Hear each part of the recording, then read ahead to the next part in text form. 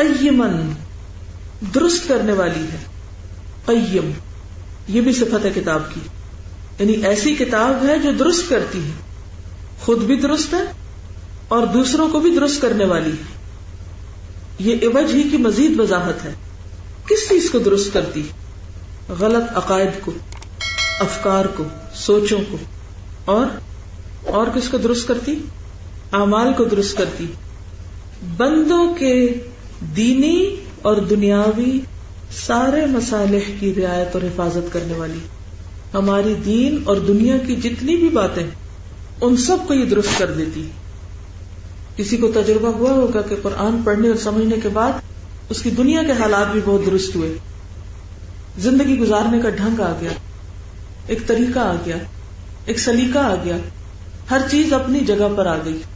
قیم درست کرنا، درست کرنے سے مراد یہ کہ ہر چیز کو اس کی جگہ پہ لے آنا. ہر انسان اپنی جگہ پر آ گیا، کس کی عزت کرنی ہے، کس کی نہیں کرنی، کس سے محبت کرنی، کس سے نہیں کرنی، کس کو کتنا مقام دینا ہے، شوہر کا مقام کیا ہے، بچوں کا مقام کیا ہے، بہن بھائیوں کا مقام کیا ہے، والدین کا مقام کیا ہے، استادوں کا مقام کیا ہے، باقی لوگوں کا مقام کیا ہے. ہر ایک کا مقام بتا دیتی. مال و دولت کا مقام کیا ہے. اور پھر قیم میں معتدل کا معنی بھی آتا ہے کہ بیلنس کرتی ہے لائف کو. یہ نہیں کہتی کہ بالکل فقیر ہو جاؤ، یہ نہیں کہتی کہ دولت کے پیچھے بھاگتے رہو. ہر چیز کے اندر کیا لاتی ہے؟ اعتدال لاتی ہے. تو قیم درست ہے، درست کرنے والی ہے، اعتدال لانے والی ہے، اور ہر طرح کی دنیاوی اور دینی جو مسائل ہیں، ہمارے مصلحتیں ہیں، فائدے ہیں، ان کی رعایت کرنے والی، ان کی حفاظت کرنے والی ہے. اب دیکھیں کہ دونوں صفات کے اندر فرق کیا ہے. پہلی میں نفی ہے اور دوسری میں اثبات ہے. کیا مطلب ہے اس کا؟ اس میں کوئی عوج نہیں، ٹیڑھا پن نہیں، نفی. اور اثبات کیا ہے کہ کیا کرتی ہے، قیم ہے. یہ دونوں طرح کی صفات مل کر اس کو کیا بنا رہی ہے؟ ایک مکمل کتاب بنا رہی. عربی کا ایک محاورہ ہے، التخلیہ قبل التحلیہ. تخلیہ کہتے ہیں خالی کرنا، اور تحلیہ کہتے ہیں زیور پہنانا. اب زیور کون پہنتا ہے مثلا؟ تحلیہ کہتے ہیں بیوٹیفائی کرنا کس چیز. جب آپ کو میک اپ کرنا ہوتا ہے، کچھ لوگ تو جیسا منہ ہے دھوئے بغیر اوپر کچھ لگا لیتے ہیں، لیکن بہت سے لوگ پہلے کیا کرتے ہیں، مجھ سے زیادہ آپ جانتے ہیں، فیشل کراتے ہیں، اس میں پتہ نہیں کیا کیا کرتے ہیں. لیکن اصل مقصد کیا ہوتا ہے؟ تخلیہ. کس سے؟ ڈسٹ سے. ہر طرح کی جو بھی امپیورٹیز ہیں وہ ساری نکال دی جائیں، اور اس کے بعد اوپر اس کو بیوٹیفائی کیا جائے. جیسے کسی جگہ کو پینٹ کرنا ہوتا ہے نا، ایک تو یہ ہوتا ہے جو ہے اس کے اوپر آپ برش پھیر دو، ایک وہ کوالٹی تھی. اور دوسرا کیا ہوتا ہے، کبھی آپ نے دیکھے یہ دونوں طریقے پینٹ کرنے کے، کون سا بہتر ہوتا ہے؟ رگڑائی والا. تو تخلیہ قبل تحلیہ غیر ذی عوج. پہلے تو لا ریب فی، کوئی کنفیوژن نہیں، بالکل آپ اس پر اعتماد کرو، اس کتاب پر. جب ہو گیا تو پھر کہا اب یہ تمہاری زندگی میں ایک اعتدال لے آئے گی، اب یہ تمہیں صحیح راہ دکھائے گی. اور کس لیے آئی ہے کتاب؟ اچھا، قیمن کی تفصیل ہمیں دوسری جگہ پر بھی ملتی ہے، دوسری آیات سے بھی. مثلا قرآن پاک میں سورۃ البینہ میں آتا ہے، رسول من اللہ یتلو صحفا مطہرہ فیہا کتب قیمہ. سورۃ البینہ آیت 2 اور 3. سورۃ الاسراء آیت 9 میں آتا ہے، ان ھذا القرآن یہدی للتی ہی اقوم. یہ قرآن راستہ دکھاتا ہے، کون سا؟ وہ جو سب سے درست ہے. پھر آپ دیکھیے کہ قیم میں جب افکار کی اصلاح کرتی ہے یہ کتاب، تو نہ صرف یہ کہ ہمارے، بلکہ پچھلی کتابوں کے اندر جو تحریف ہو گئی، جو معنی بدل دیے گئے، اس کی بھی درستگی کرتی. اس بارے میں سورۃ المائدہ میں آتا ہے، وَأَنزَلْنَا إِلَيْكَ الْكِتَابَ بِالْحَقِّ مُصَدِّقًا لِمَا بَيْنَ يَدَيْهِ مِنَ الْكِتَابِ وَمُهَيْمِنًا عَلَيْهِ. اور ہم نے آپ کی طرف کتاب اتاری حق کے ساتھ، جو آپ کے سامنے پہلی کتابیں ان کی تصدیق کرتی ہے اور ان کی نگہبان ہے. اور کس لیے آئی ہے کتاب؟ لِيُنذِرَ بَأْسًا شَدِيدًا. تاکہ خبردار کرے، ڈرائے. کون؟ کتاب اور کون؟ محمد صلی اللہ علیہ وسلم. کس چیز سے ڈرائے؟ بأسا شدیدا، سخت عذاب سے. کہاں کی؟ آخرت کے یا اس کے علاوہ بھی کوئی؟ دنیا اور آخرت دونوں کی مصیبتوں اور تکلیفوں اور دکھوں سے وارن کرے، خبردار کرے. من لدنہ، اس کی طرف سے. کس کی طرف سے؟ اللہ کی طرف سے. اللہ کی طرف سے آنے والی سزا، عذاب شدید، اس پر لوگوں کو خبردار کر دے. اور یہ بھی کیا ہے؟ دراصل اللہ کی رحمت، اور اس پر بھی اللہ کی تعریف، اس کا شکر کہ اس نے ہمیں دنیا میں ہی بتا دیا کہ لوگوں اگر تم غلط کام کرو گے تو پکڑے جاؤ گے. دنیا میں تو ایسا ہوتا ہے نا، آپ اشارہ توڑ کر بھاگ جاتے ہیں، ایکسیڈنٹ کر کے چھپ جاتے ہیں، لوگوں کو مار کر ملک سے بھاگ جاتے ہیں. لیکن اللہ کے ہاں کوئی بھی بھاگ نہیں سکتا، کوئی بھی چھپ نہیں سکتا. صرف انذار نہیں، صرف ڈراوا نہیں، ساتھ ہی کیا فرمایا؟ وَيُبَشِّرَ الْمُؤْمِنِينَ، اور وہ خوشخبری دے مومنوں کو، ایمان والوں کو. یبشر، بشرا، کیسی خوشخبری ہوتی؟ جو چہرے پر آ جائے، انسان جس سے کھل اٹھے، خوش کر دینے والی بات. وَيُبَشِّرَ الْمُؤْمِنِينَ، خوشخبری کس کے لیے؟ مومنوں کے لیے. مؤمن کون ہوتا ہے؟ جو ایمان والا ہوتا ہے. ایمان کیا ہوتا ہے؟ کس کس چیز پر ایمان؟ حدیث جبریل میں جب جبریل علیہ السلام نے نبی صلی اللہ علیہ وسلم سے پوچھا تھا کہ مل ایمان، تو آپ نے کیا جواب دیا تھا؟ وہ بہت جامع ڈیفینیشن ہے ایمان کی.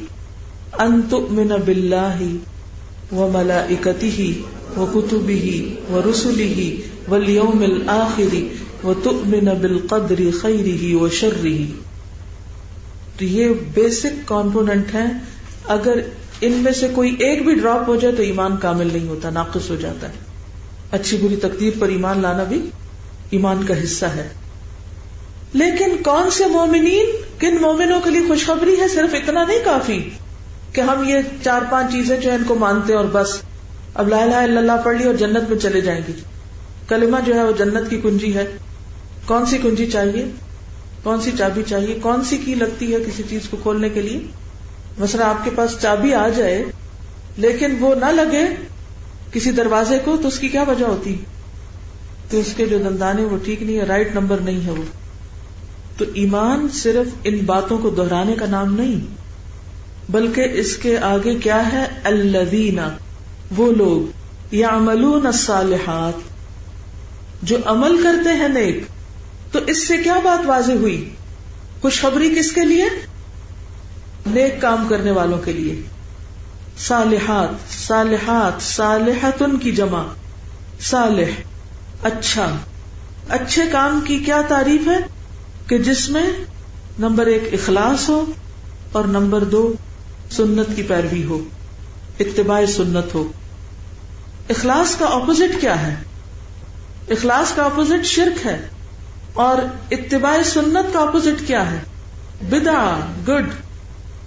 تو عمل صالح کون سا عمل ہے؟ نمبر 1 جو صرف اللہ کے لیے ہو، کسی انسان کے لیے نہ ہو. نمبر 2 سنت کے مطابق ہو، من گھڑت نہ ہو. کیونکہ بہت سے لوگوں نے ایسے کام شروع کر رکھے ہیں جن کی کوئی دلیل نہیں قرآن اور سنت میں، تو وہ عمل صالح نہیں ہوا کرتے. وَيُبَشِّرَ الْمُؤْمِنِينَ الَّذِينَ يَعْمَلُونَ الصَّالِحَاتِ أَنَّ لَهُمْ، کیا ہے خوشخبری؟ أَنَّ لَهُمْ، بے شک ان کے لیے، أَجْرًا حَسَنًا، اجر ہے اچھا، اجر حسن. اجر حسن سے مراد جنت، کیونکہ قرآن پاک میں آتا ہے للذین احسنوا الحسنى وزیادہ. جو اچھا کرتے ہیں ان کے لیے کیا ہے؟ اچھا ہے، اور اچھا مراد اس سے جنت ہے. هل جزاء الاحسان الا الاحسان، تو جو اچھے کام کریں گے ان کو بدلہ بھی اچھا ملے گا. کتنا اچھا بدلہ ہے، کیسا ہے وہ بدلہ؟ کسی نے دیکھا ہے؟ فلا تعلم نفس ما اخفی لهم من قرۃ اعین جزاء بما كانوا یعملون. تو جنت بدلہ ہے کس کا؟ ایمان لا کر عمل کرنے کا، اور اچھے عمل. اب آپ دیکھیے کہ جنت ہی ایسی پرفیکٹ جگہ ہے جہاں انسان کو صحیح معنوں میں جزا ملے گی. دنیا میں کوئی کسی کو جزا نہیں دے سکتا، کیونکہ دنیا میں کوئی چیز پرفیکٹ ہے ہی نہیں. ہر وقت کس چیز کا دھڑکا لگا رہتا ہے؟ اگر سب کچھ بھی مل جائے جو ہم چاہتے ہیں، پھر بھی کس بات کا ڈر لگا رہتا ہے؟ موت کا، چھن جانے کا. پھر آپ دیکھیں کہ مثلاً آپ نے بہت اچھا کھانا کھا لیا، کتنی دیر چلے گا؟ 2-3 دن چل جائے گا. پھر کیا ہوتا ہے؟ بھوک لگ جاتی، زیادہ کھا لیں پیٹ خراب ہو جائے گا، اب پیاس بھی لگی ہوگی، پھر درد وغیرہ بھی ہو رہی ہوگی. ہو سکتا ہے کسی کو سردی لگ رہی ہو جو باہر بیٹھے ہیں، اور ہو سکتا ہے کسی کو گرمی لگ رہی ہے جو اندر بیٹھے ہیں. جتنے مرضی پرفیکٹ انتظام کر لیں، ان چیزوں سے آپ باہر نکل ہی نہیں سکتے. ہر وقت ان میں سے کوئی نہ کوئی چیز آپ کے ساتھ ہے. اگر آپ اس وقت مثلاً کہ نہیں مجھے کوئی بھوک نہیں لگی، مجھے کوئی پیاس نہیں لگی، انوائرمنٹ بھی بہت اچھا، کوئی ڈسٹ وسٹ نہیں، سردی بھی نہیں گرمی بھی نہیں، کیا اندر سے موت کے خوف کو نکال سکتے؟ موت کو روک سکتے ہیں؟ کس وقت کس کی آ سکتی ہے؟ Any time. انسان کہتا ہے ابھی تو اچھا بھلا تھا، اچھی بھلی باتیں کر رہا تھا، اس کو کیا ہوا؟ یہ تو کبھی بیمار بھی نہیں ہوا تھا. تو دنیا میں کوئی بھی اجر آپ کو مل جائے تو وہ اجرن حسنہ نہیں ہے، اجرن حسنہ وہیں پر ہے. دنیا میں بس ٹھیک ہے، انسان اچھے کام کرتا ہے تو اس کو نیک نامی مل جاتی ہے، وقتی طور پر کچھ فائدے مل جاتے ہیں. اس لیے ہمیں عمل صالح کے بدلے کی توقع کہاں کے لیے رکھنی چاہیے؟ آخرت کے لیے، کہ اصل بدلہ وہیں پر ہے. اور پھر سب سے اچھی بات یہ کہ ماکثین فیہ ابدا، وہ اس میں ہمیشہ ہمیشہ رہیں گے. ماکث، ہمیشہ ٹھہرنے والے، کوئی وہاں سے ان کو نکالے گا نہیں. لا یبغون عنہا حولا، نہ کوئی بوریت ہوگی، نہ وہاں سے خود ہی جانا چاہیں گے. دنیا میں تو آپ دیکھیے کسی بھی خوبصورت ریزورٹ پہ آپ چلے جائیں، آپ کبھی پکنک پہ گئے؟ سیر پر، کسی باغ میں، کسی پارک میں، کچھ دیر کے بعد کیا ہوتا وہاں جا کر؟ گھر چلے، تھک گئے، بور ہو جاتے ہیں. اس سے بعض لوگوں نے قیاس کیا کہ لوگ جنت میں بھی بور ہو جائیں گے. نہیں، وہاں کوئی بوریت نہیں، اس لیے کہ وہاں انسان کی انجوائمنٹ کی کیپیسٹی اتنی بڑھا دی جائے گی کہ انسان بور نہیں ہوگا، نہ تھکے گا. کیونکہ جنت کی تعریف کیا کی گئی ہے کہ وہاں پر نہ مرض ہے، نہ موت ہے، نہ بھوک ہے، نہ پیاس ہے، نہ گرمی ہے، نہ سردی. اللہ نے اپنے بندوں کے لیے ایسی چیز تیار کی جس کا دنیا میں تصور بھی نہیں کیا جا سکتا. اس قرآن کا میسج پھر کیا ہوا؟ نمبر 1، سارے کنفیوژن دور کرتا ہے. جس کے ذہن میں کوئی کوشچن ہو قرآن اس کا آنسر کرے گا. نمبر 2، کیا کرے گا؟ زندگی کو بیلنس کر دے گا. نمبر 3، کیا کرتا ہے؟ آخرت کی فکر دیتا ہے. نمبر 4، ایمان لا کر عمل صالح کرنے والوں کو خوشخبری دیتا ہے، جنت کی بشارت دیتا ہے. یہ کرسٹ ہے، پورا میسج ہے اس میں. اگر کوئی پوچھے قرآن پڑھ کر کیا ملا آپ کو، کیا ملے گا آپ کو، تو دس از اے پرفیکٹ آنسر. کوئی پوچھتا ہے آپ کا یہ جو ہر وقت قرآن پڑھتے رہتے کیا ملتا ہے، کیا ملے گا، تو اگر آپ ہر ہفتے سورۃ الکہف پڑھیں گے تو آپ کو کیا پتا چلتا رہے گا؟ روشنی رہے گی نا. یعنی حیرت ہوتی ہے نا بعض اوقات خود مسلمان جو ایمان لاتے ہیں قرآن پر، وہی قرآن کے پڑھنے پڑھانے کو ایک بے فائدہ چیز سمجھتے ہیں. اور ایک بڑا کام کا نقطہ کہ یہاں ڈرایا جا رہا ہے صرف ان کو نہیں جو غلط کام کرتے ہیں، ان کو بھی ڈرایا جا رہا ہے کہ جو عمل نہ کریں،